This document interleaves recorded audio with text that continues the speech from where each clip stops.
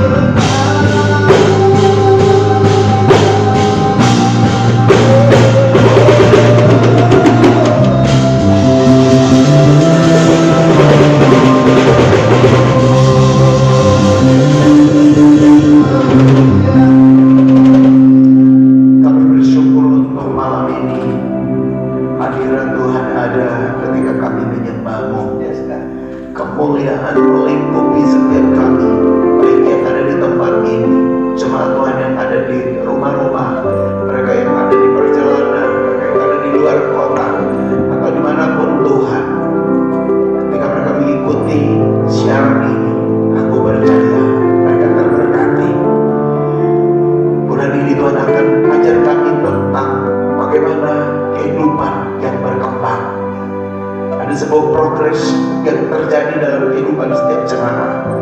Dan kalau progres itu terjadi, itu hanya karena Tuhan dan kekuatan kuasa Roh Kudus yang bergerak di tengah kami, yang sementara memenuhi kami, yang akan membawa langkah-langkah kami untuk melihat terobosan-terobosan yang besar terjadi di depan. Oleh karena itu malam ini mari Bapak bersama dengan kami di dalam talk show di awal bulan ini untuk kami berbicara tentang tema yang sangat luar biasa, bagaimana Tuhan memberikan kesempatan tiap umat Tuhan berkembang, maju tanpa batas bersama dengan Tuhan. Karena itu kami gereja mau makin dalam dengan Engkau Tuhan dalam pengajaran-pengajaran seri tema yang sangat memberkati ini, sekiranya membuat umat Tuhan dipenuhi, teguh kembali, kuat untuk melihat sebuah proses Tuhan itu sebagai hal yang mendatangkan keberuntungan bagi kami masing-masing. Terima kasih Bapa, terima kasih Roh Kudus. Memulailah bersama dengan kami. Hanya di dalam nama Tuhan Yesus kami sudah berdoa. Haleluya. Amin. Amin.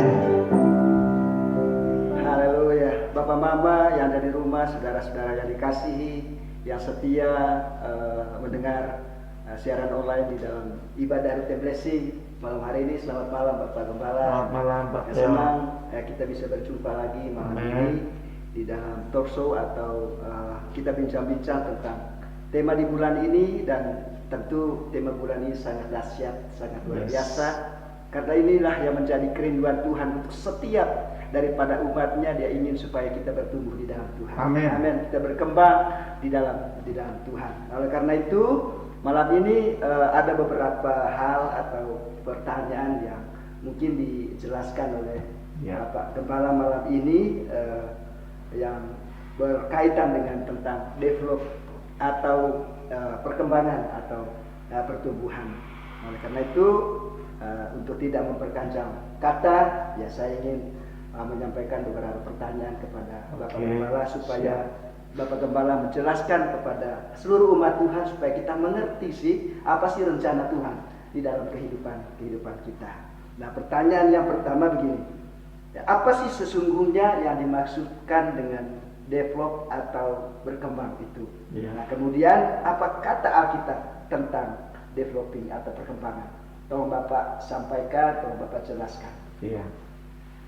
Baik, terima kasih. Shalom Bapak Ibu warga kerajaan yang malam ini sementara bersama-sama dengan kami di dalam talk show. Dan minggu pertama membahas tema bulanan kita, yaitu develop atau berkembang. Nah, Pak Theo dan seluruh warga kerajaan yang saya cintai, ketika kita bicara tentang berkembang, maka yang ada di dalam benak kita, yang ada di dalam diri kita adalah perubahan. Perubahan. Nah, kita mulai dari perubahan kemana nih? Jadi kalau kita bicara tentang perkembangan atau berkembang, ini artinya sebuah keadaan, sebuah situasi, sebuah kondisi di mana kita tidak sama lagi seperti hari kemarin. Kita tidak sama lagi seperti hari kemarin. Kalau kemarin kita anak-anak, maka beberapa waktu kemudian, tahun kemudian kita menjadi remaja. Beberapa tahun kemudian kita menjadi dewasa. Beberapa tahun kemudian kita berubah lagi menjadi mungkin ambil keputusan untuk berkeluarga. Jadi ini yang disebut berkembang. Sebuah keadaan yang tidak tetap, dia berubah makin lebih baik, makin lebih baik, makin lebih baik, makin lebih besar, makin lebih besar, makin lebih besar, makin lebih kuat, makin lebih kuat, dan makin lebih kuat. Oleh karena itu saya coba melihat dari kamusnya Merriam-Webster, ada dua pengertian tentang develop ini. Yaitu yang pertama, dia katakan dari kamus Merriam-Webster ini, dia katakan to walk out the possibilities, atau untuk mengetahui kemungkinan. Jadi sebuah perkembangan itu adalah kita punya kemungkinan di depan. Jadi lebih bagus, jadi lebih besar, jadi lebih dahsyat, jadi lebih kuat gitu. Jadi to walk out the possibilities. Kemudian yang kedua, artinya to make active or promote the growth of, atau bahasa Indonesianya adalah untuk membuat aktif atau mendorong pertumbuhan. Merriam-Webster memberikan penjelasan dua pengertian ini untuk membuat kita yang mau masuk di dalam kondisi develop itu adalah keaktifan kita untuk upgrade semua yang ada pada kita sehingga perubahan-perubahan itu terjadi. Sehingga secara sederhana develop atau berkembang ini memiliki artinya begini: melakukan segala daya upaya yang terbaik dari kita untuk sebuah tujuan atau untuk mengembangkan satu tujuan di depan sana. Jadi misalnya saya mesti mengerjakan segala sesuatu dengan baik, sebab saya percaya ketika saya melakukan dengan baik, maka ini akan menjadi sebuah output yang bisa dinikmati oleh orang di sana. Karena tujuannya adalah output yang bisa dinikmati oleh orang lain. Misalnya output itu adalah hasil saya ngelola makanan misalnya. Maka saya akan menggerakkan semua daya upaya yang bisa saya punya, potensi yang saya punya, untuk supaya saya mencapai sana. Contoh yang paling saudara, anak-anak sekolah supaya dia mau naik tingkat atau lulus naik kelas, maka tujuannya adalah dia naik kelas. Apa yang mesti dia lakukan? Belajar, menguasai semua materi, sehingga begitu ujian datang dia bisa menyelesaikannya dan dia mencapai tujuannya, itu lulus atau naik kelas. Nah, kira-kira kalau kita bicara tentang perkembangan atau berkembang, itu adalah melakukan segala sesuatu daya upaya potensi yang ada pada kita untuk menggenapi sebuah tujuan di depan sana. Jadi ini yang sangat luar biasa dari pengertian tentang develop itu. Kemudian apa kata Alkitab tentang perkembangan? Saya ingin bahwa kita baca Lukas pasal 2 sebentar. Ini menjadi ayat tema kita sepanjang bulan ini. Lukas pasal 2 ayat 52. Itu dia berkata begini: dan Yesus makin bertambah besar dan bertambah hikmatnya dan besarnya, dan makin dikasihi oleh Allah dan manusia. Jadi tema kita mengambil sebuah contoh yang sangat luar biasa, yaitu Yesus sendiri. Alkitab Lukas mencatat dan menulis tentang Yesus Kristus. Dia katakan Yesus itu makin bertambah besar secara fisik. Itu dia bertumbuh dari anak-anak, kemudian umur 12 tahun dia ada di bait Allah, dan dia menjadi dewasa penuh, masuk dalam pelayanan dalam usia 30 tahun. Nah, saudara perhatikan bahwa Yesus makin bertambah besar, tapi tidak berhenti sampai di situ. Alkitab katakan frase berikutnya adalah dia bertambah hikmatnya dan bertambah besarnya. Bertambah hikmatnya dan bertambah besarnya ini bukan cuma menunjuk kepada fisik yang berkembang, Om Theo atau warga kerajaan semua. Kalau bertambah besar, yang pertama itu bicara tentang fisik Yesus, tubuhnya Yesus itu yang dari anak-anak dia bertumbuh menjadi dewasa. Nah, kalau kita bicara tentang bertambah, Yesus itu bertambah dalam hikmatnya dan bertambah di dalam bertambah besar hikmatnya, ini menunjukkan bahwa Yesus bertumbuh di dalam hikmat, yaitu kecerdasan, pengetahuan dan kebijaksanaannya. Jadi kecerdasan, pengetahuan, kebijaksanaannya itu Yesus juga berkembang. Jadi tubuh berkembang, tapi hikmat, kebijaksanaan dan pertimbangan-pertimbangan secara logika itu juga berkembang. Jadi secara intelektual Tuhan Yesus juga mengalami perkembangan, bukan cuma fisiknya yang besar, tetapi hikmat, kecerdasan, pengetahuan, kebijaksanaan itu dipenuhi di dalam Yesus. Jadi kalau kita bicara tentang the young man yang berkembang, Jangan hanya badan aja yang besar, tapi on misalnya. Jangan badan aja yang besar, tapi kelakuan kekanak-kanakan. Itu juga jadi tidak seimbang. Oleh karena itu kalau kita bicara tentang pengertian, dilihat dari Lukas pasal 2 ayat 52 ini, bertambah besar secara fisik, tetapi hikmatnya juga bertambah besar. Kemudian fase yang ketiga bukan cuma hikmat, tapi dia makin dikasihi oleh Allah dan manusia. Dia makin dikasihi oleh Allah. Itu berarti aspek spiritualitas itu dari Yesus juga berkembang.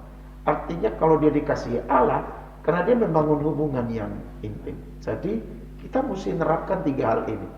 Oke, fisik sehat karena makan yang bergizi. Tapi isi pengetahuanmu dengan membaca buku, dengan membaca Alkitab, dengan belajar banyak hal, lalu perkembangan ini maka mengasah intelektual kita, hikmat kita, kecerdasan kita, pengetahuan kita, kebijaksanaan itu mesti diasah. Kemudian frase yang ketiga atau bagian yang ketiga ini Alkitab bilang dia dikasihi oleh Allah. Kapan kita dikasihi oleh Allah? Ketika kita bangun hubungan dengan Tuhan kan. Bangun hubungan dengan Tuhan, maka kita akan dikasihi oleh Allah. Tapi jangan lupa, dia juga dikasihi oleh manusia. Bagaimana caranya? Saya bisa dikasihi oleh orang-orang yang ada di sekitar saya. Ketika saya bisa membawa diri, ketika saya bisa bergaul, ketika saya tidak menjadi egois untuk semua pokoknya harus ikut maunya saya, tanpa kita mempedulikan yang lain. Itu juga salah. Jadi kita kalau bicara tentang berkembang atau develop, maka lihat Lukas pasal 2 ayat 50 ini, Tuhan Yesus jadi pola yang paling sempurna. Secara tubuh dia berkembang, secara intelektual, pengetahuan, kecerdasan, budi pekertinya juga berkembang. Tetapi satu pihak ini secara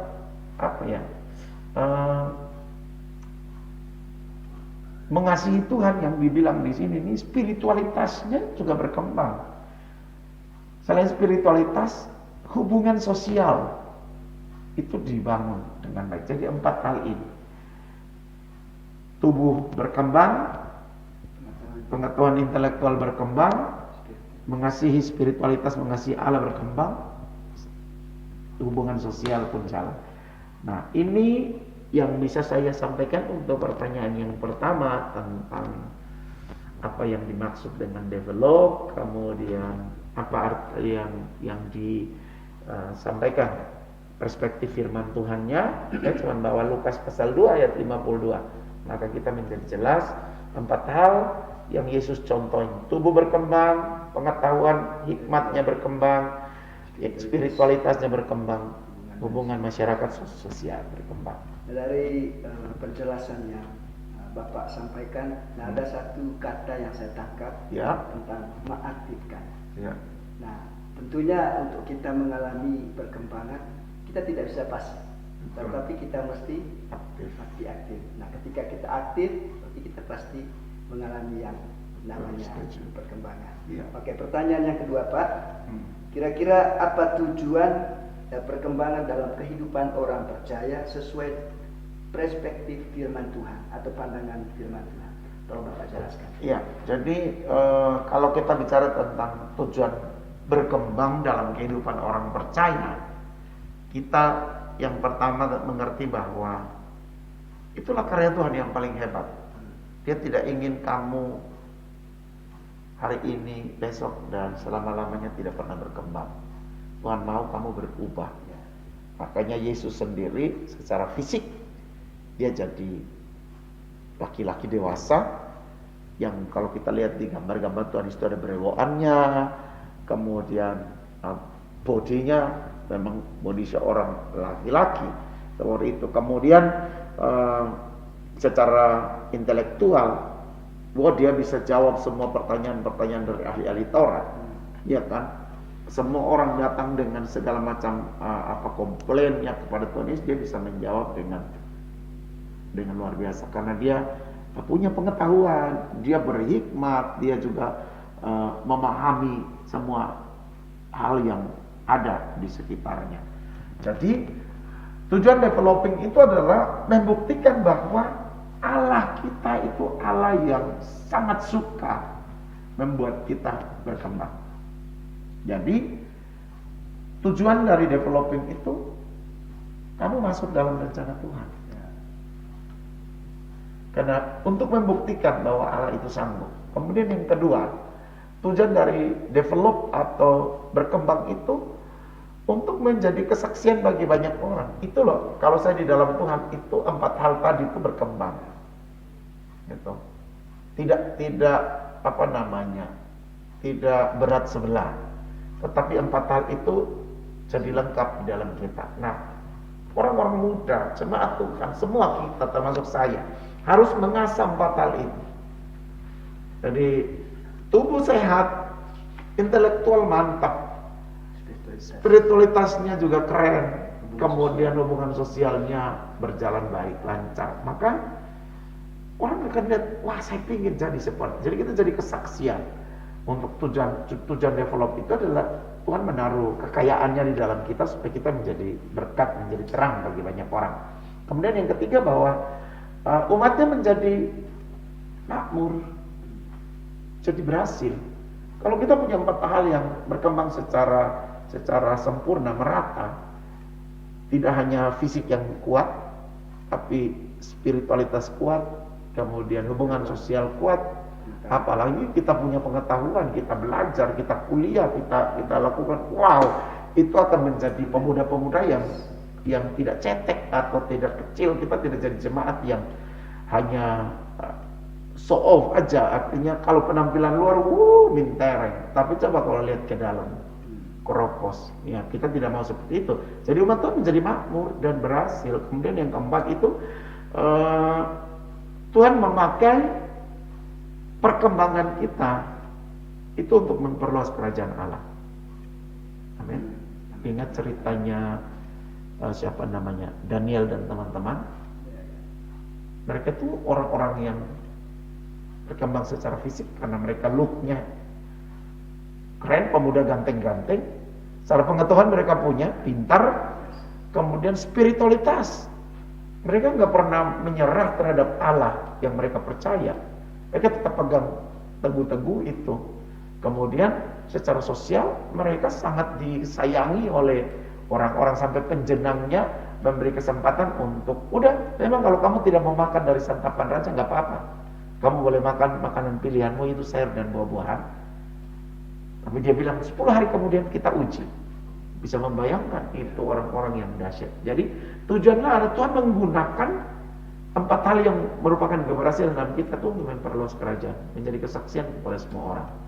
Oke, saya pikir kalau bicara tentang tujuan developing, tidak lain daripada kita melihat Allah itu sanggup, kemudian membuktikan bahwa dalam diri saya dan saudara ada potensi Allah untuk berkembang. Kemudian yang ketiga, umatnya jadi makmur. Poin 4 tujuannya adalah bikin supaya apa yang ada dalam hidup kita itu dapat dipakai untuk memperluas kerajaan Allah. Amin. Oke. Nah, Tuhan, artinya Tuhan ingin supaya setiap kita, Ya, betul. orang percaya itu berkembang, Pak ya. Oke, pertanyaan yang ketiga ini. Oke. Hal-hal apa sajakah yang diperlukan oleh seorang anak Tuhan atau orang percaya atau jemaat Tuhan agar dia dapat mengembangkan dirinya bersama dengan Tuhan? Oke, puji Tuhan. Tentu Alkitab bilang bersama dengan Tuhan tidak ada yang mustahil. Saya mau deklarasikan bahwa tidak ada anak yang bodoh, tidak ada anak yang gagal, tidak ada anak yang putus pengharapan. Tidak ada jemaat yang bodoh, tidak jemaat yang kalah, tidak jemaat yang putus pengharapan. Kita semua punya kesempatan yang sama untuk berkembang. Oleh karena itu, pertanyaan yang ketiga ini bagus sekali. Hal-hal yang membuat seseorang dapat berkembang dengan maksimal di dalam Tuhan. Kalau tadi kita lihat 4 hal yang Tuhan Yesus punya. Pertama, berkembang secara fisik. Yang dibutuhkan oleh fisik kita apa?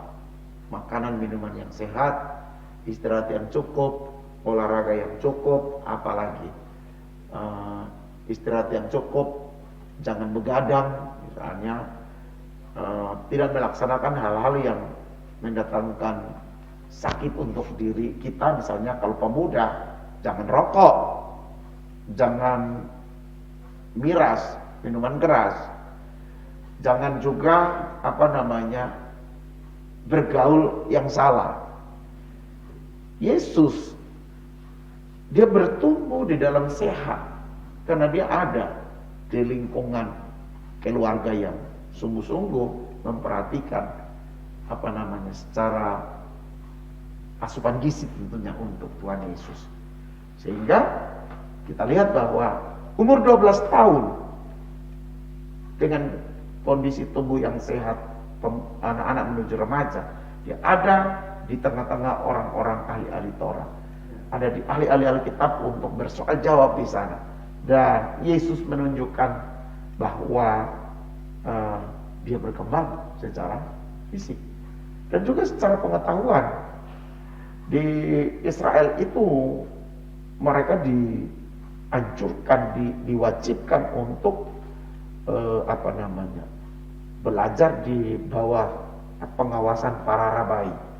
Guru-guru itu akan mentoring mereka sedemikian rupa sampai anak-anak Yahudi atau anak-anak Israel itu penuh kecerdasan. Dan saya tahu Yesus masuk dalam pola pembinaan mental untuk menjadi lebih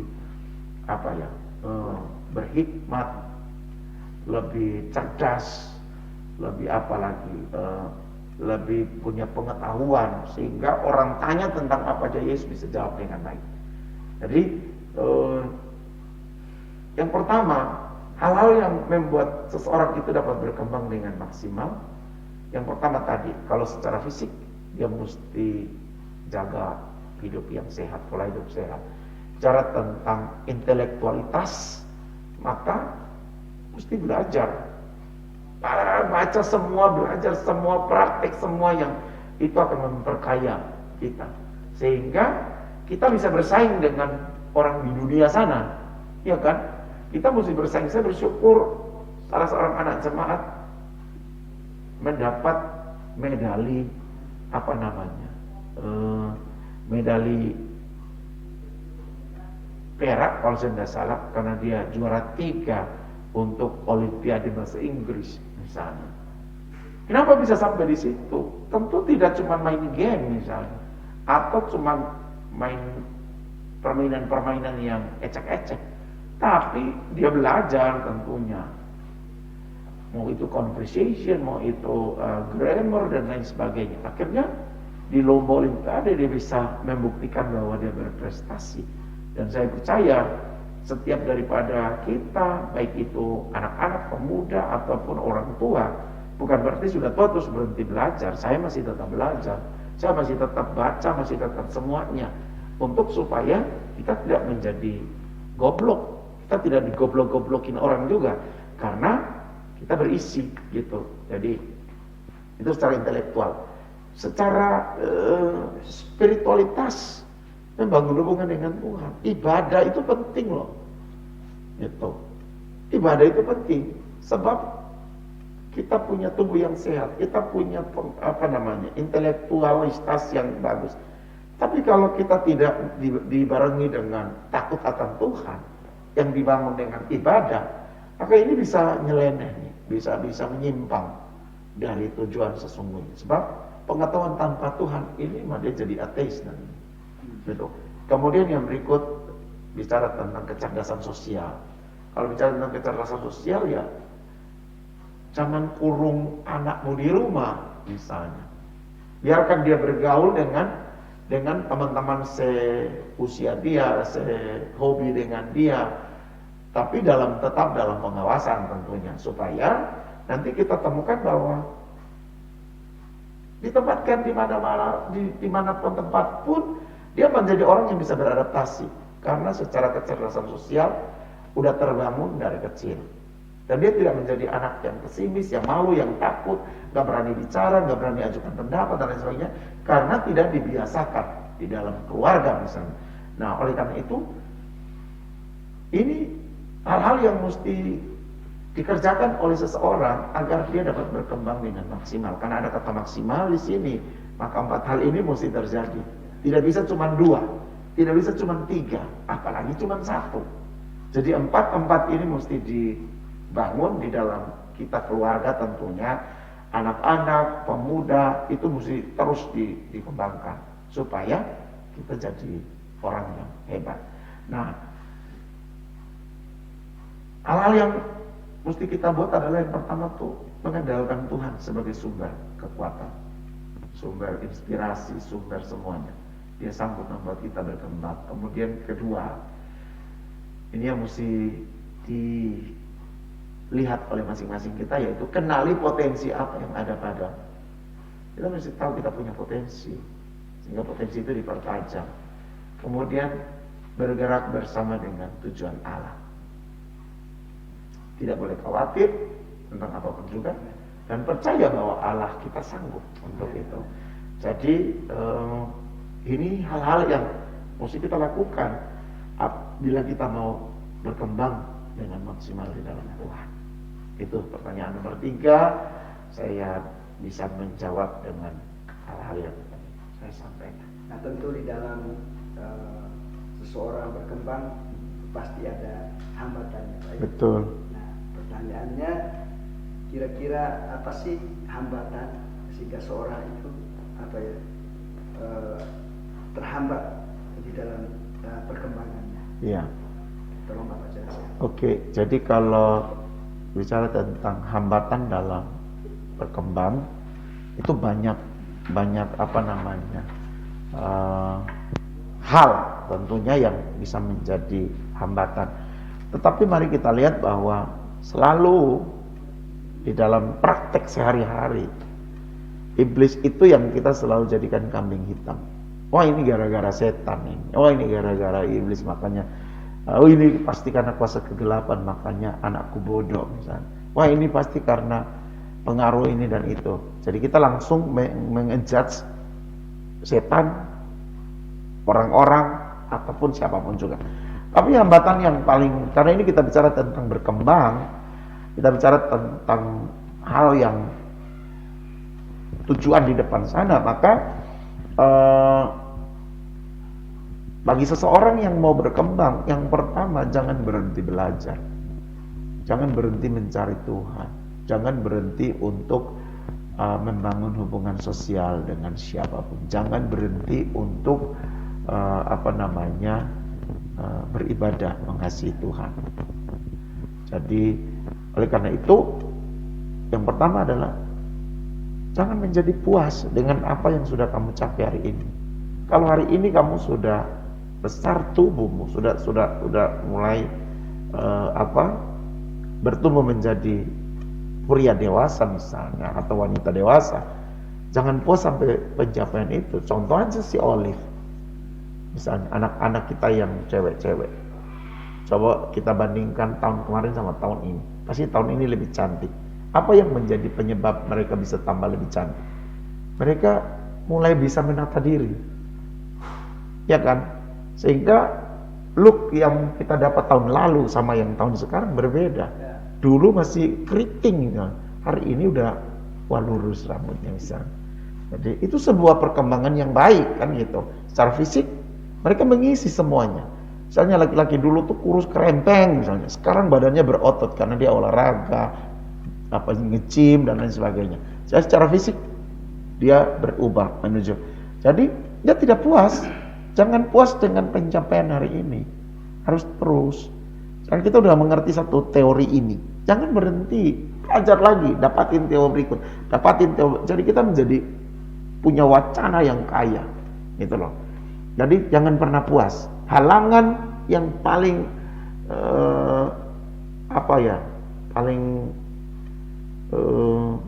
ada di depan kita untuk sebuah perkembangan, berkembang itu adalah merasa puas dengan sebuah pencapaian. Kemudian yang kedua, ini penting nih, Yaitu tidak boleh kehilangan persekutuan dengan Tuhan.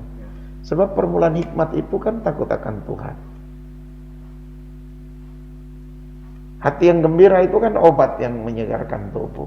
Apalagi kalau bicara tentang mengasihi Tuhan, itu hal yang mesti jadi prioritas dalam hidup ini. Sehingga tidak boleh kehilangan. Hambatan yang kedua adalah kehilangan persekutuan dengan Tuhan. Bahkan yang lebih mengerikan lagi meninggalkan Tuhan. Meninggalkan Tuhan, tidak percaya Tuhan lagi, tidak percaya lagi pada hamba Tuhan dan lain sebagainya. Wah, ini adalah hambatan yang paling luar biasa untuk sebuah perkembangan. Dan yang keempat itu, ya saya mau bilang, apa sih yang paling riskan ketika kita udah berhasil? Jadi sombong. Iya, benar Pak Teo. Kita menjadi tinggi hati, menjadi sombong dan merasa sanggup tanpa Tuhan. Ini hambatan yang paling parah. Gitu. Nanti yang berikut kita mau tambah lagi, ada kuasa gelap lah, roh jahat lah, apa itu terserah. Tapi paling tidak yang pertama, hambatan itu kita merasa puas. Kalau udah puas ya dia berhenti di tempat, nggak mau maju lagi, nggak mau berkembang lagi. Kemudian kehilangan persekutuan dengan Tuhan sebagai sumber, meninggalkan Tuhan dan menjadi tinggi hati atau sombong karena sebuah pencapaian yang sulit. Kalau itu ada dalam diri kita, itu hambatan yang mesti diangkat, dicabut dari tengah-tengah kita. Ya memang hambatan itu pasti Betul. ada Pak ya. Ya. Cuma jangan pernah berhenti untuk mencari Tuhan. Nah, amin. Karena Tuhan itulah saja yang bisa memberikan kekuatan Yes. bagi kita. Nah, seperti apa yang dijelaskan oleh Bapak Gembala, nah jangan sampai kita kehilangan kehilangan apa tadi Pak ya, hubungan dengan Tuhan. Kita terus mencari Tuhan sungguh-sungguh, dan di situ kita akan dapat real atau jalan keluarnya. Amin. Oke, pertanyaan yang kelima ini tadi Bapak sudah jelaskan tentang hambatan. Nah sekarang bagaimana caranya seorang anak Tuhan mengalami perkembangan di dalam hidupnya? Nah, apakah sekedar yang penting saya berubah, atau adakah hal-hal atau kiat-kiat yang harus dilakukan? Mohon Bapak jelaskan. Iya. Cara agar anak Tuhan dapat terus berkembang itu adalah kita mesti tahu sumber perkembangan itu siapa. Yesus, Tuhan. Tuhan yang bikin kita berkembang. Kalau kita bilang usahamu terbatas dan sia-sia, tapi ketika kamu mengandalkan Tuhan, Dia akan memberikan kepadamu hal-hal yang baru. Seperti itu. Jadi gampang sih sebenarnya, caranya adalah minta hikmat dari Tuhan, ya kan? Hikmat dari Tuhan. Apalagi ya, andalkan Tuhan, berjalan mengikuti perkataan Tuhan, terus jangan merasa puas dengan sebuah pencapaian, terus mencoba, gagal bangun, coba lagi, gagal bangun, lakukan lagi. Nah, kayak gitu. Perjalanan ini memang up and down. Kadang-kadang kita dalam kondisi yang terbawa, tapi itu bukan berarti tamatlah riwayatku, Tuhan sudah tidak tolong saya. Tidak. Tapi kamu mesti bangun lagi, lihat Tuhan lagi, minta Tuhan bersama dengan kita. Kalau gitu cara anak Tuhan untuk dapat berkembang adalah mendekat kepada Tuhan pertama. Kemudian yang kedua, karena kalau itu berbicara tentang kecerdasan intelektual, maka mesti belajar. Mengandalkan Tuhan, minta hikmat dari Tuhan kan, tapi cari Tuhan. Sebab permulaan hikmat itu adalah takut akan Tuhan. Jadi kalau takut akan Tuhan, kemudian kita cerdas, kita berhikmat, kita penuh pengetahuan. Siapa sih yang gak cari kita?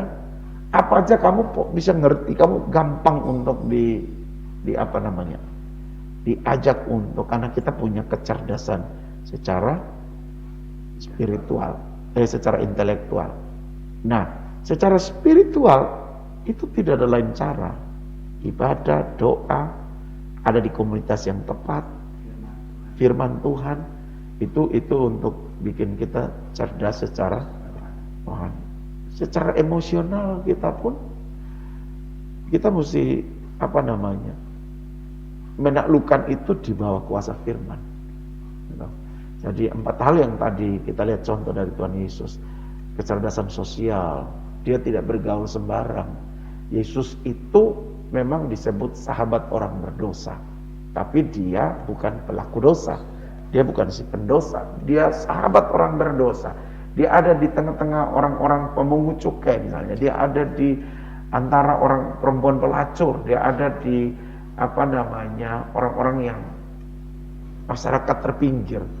Tapi dia ada di situ untuk menyatakan kemuliaan Tuhan. Kenapa? Karena dia punya kecerdasan sosial. Dia bisa bergaul dengan siapa saja. Dia bisa ada sama ahli-ahli Taurat di situ. Dia bisa bersoal jawab dan lain sebagainya.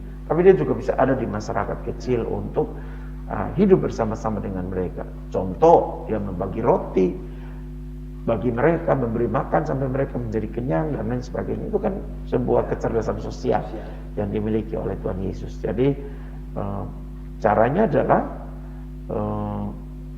melatih diri dengan siapa aja kita mesti bisa bersahabat, bergaul dengan siapa saja.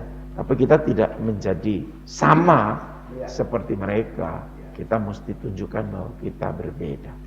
Saya pikir pertanyaan nomor 5, itulah cara yang mesti dilakukan oleh anak-anak Tuhan supaya dia dapat berkembang dengan maksimal. Oke, dari tema kita bulan ini tentang perkembangan ini, ya tentu tidak hanya yang ngerti, ya tentu temanya sangat luar biasa. Amin. Ada keuntungan yang besar Yes. untuk setiap umat Tuhan. Nah, pertanyaannya begini, kira-kira keuntungan apa saja yang diperoleh oleh seseorang apabila dia berkembang dengan caranya Tuhan, bukan dengan caranya sendiri, dengan caranya Tuhan. Ya. Kira-kira apa keuntungannya? Keuntungan ketika kita berkembang ya, yang pasti kamu menjadi jawaban atas semua persoalan yang ada di sekitar. Karena kamu dewasa secara fisik, kamu punya kecerdasan intelektual, kamu punya kecerdasan secara